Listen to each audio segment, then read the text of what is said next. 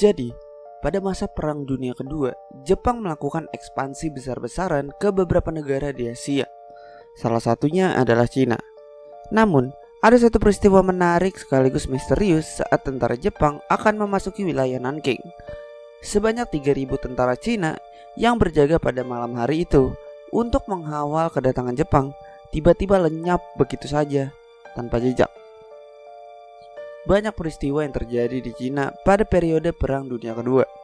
Contohnya adalah insiden kemanusiaan yang terjadi di Unit 731 yang begitu membekas di hati warga Cina, khususnya yang tinggal di dekat Harbin. Pada sekitar tahun 1937 sampai 1945, banyak penduduk yang diculik untuk dijadikan percobaan bagi eksperimen senjata biologi yang benar-benar di luar batas kemanusiaan. Kesadisan dan kengerian yang terjadi di sana begitu terasa bahkan hingga hari ini. Selain peristiwa memilukan yang terjadi di Unit 731, sebuah peristiwa yang ganjil dan misterius juga terjadi pada periode tersebut. Tepatnya pada Desember 1939 di Nanking, sekarang menjadi Nanjing. Pada akhir tahun 1939, Jepang telah masuk ke sebagian wilayah Cina. Mereka tampaknya ingin merangsek hingga ke ibu kota Nanking. Tak jauh dari ibu kota itu dan juga berbatasan dengan wilayah lainnya terbentang sungai Yangtze. Jadi satu-satunya cara untuk masuk ke ibu kota adalah dengan melewati sebuah jembatan yang tidak begitu besar yang berada di atasnya. Pemerintah Cina panik karena sangat berbahaya bila pasukan Jepang berhasil menguasai Nanking. Untuk itu, diutuslah Kolonel Li Fuxin untuk mengatur strategi dan menghalau kedatangan Jepang. Kolonel ini lalu memutuskan untuk bertempur melawan Jepang di atas jembatan itu. Jika pasukan Cina berhasil menghentikan pasukan Jepang di sana, maka itu artinya negara itu selamat. Hari itu tanggal 10 Desember 1939, Kolonel Li Fuxin telah menyiapkan pasukannya yang jumlahnya hampir mencapai 3.000 orang. Mereka semua ditempatkan di seberang wilayah, di balik Bukit Nanking. Pasukan itu bersiap sepanjang 3,2 km di dekat jembatan Sungai Yangtze, menunggu datangnya pasukan Jepang. Mereka semua dilengkapi dengan peralatan tempur dan alat berat dalam jumlah besar. Semuanya telah bersiap di garis pertempuran. Karena malam telah tiba, Kolonel Li Fuxin kemudian pergi ke tendanya dan tertidur di sana. Keesokan paginya, ia terbangun oleh kepanikan pengawalnya yang mengatakan bahwa pasukan yang berjaga di garis pertahanan itu sama sekali tidak dapat dihubungi. Mereka hilang kontak. Kolonel dan beberapa orang kemudian pergi ke tempat di mana para pasukan mereka tengah berjaga menunggu kedatangan Jepang semalam.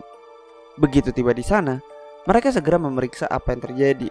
Namun anehnya, mereka justru menemukan banyak hal ganjil. Yang paling aneh adalah tidak ada seorang tentara pun di sana.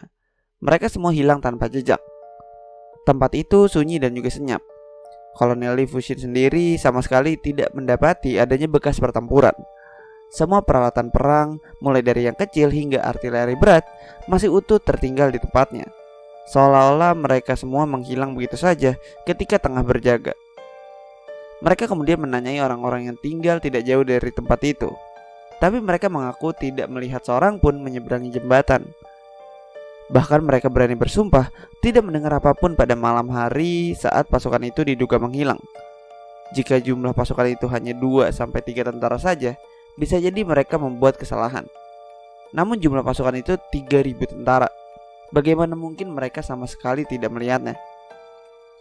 Jumlah tentara sebesar itu benar-benar lenyap tak berbekas. Bahkan mayat ataupun kuburannya, jika mereka memang tewas, tidak pernah ditemukan. Setelah beberapa tahun berlalu usai perang berakhir, catatan dari pihak otoritas Jepang diperiksa. Dalam catatan itu tertera bahwa mereka memang menyerang Nanking, tapi tidak ada petunjuk sama sekali perihal 3.000 tentara yang hilang.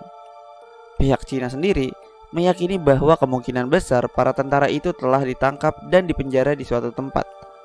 Namun lagi-lagi mereka dibuat terkejut. Pihak Jepang mengaku tidak pernah melakukan penangkapan tentara Cina dalam jumlah tersebut. Lalu kemana para prajurit itu semua pergi? Beberapa teori kemudian muncul mencoba untuk menjelaskan apa yang sebenarnya terjadi pada prajurit Cina di Nanking. Jika kita mencoba menilik kemungkinan yang paling masuk akal, maka ada dua kemungkinan. Apa yang sebenarnya terjadi pada 3.000 pasukan tersebut?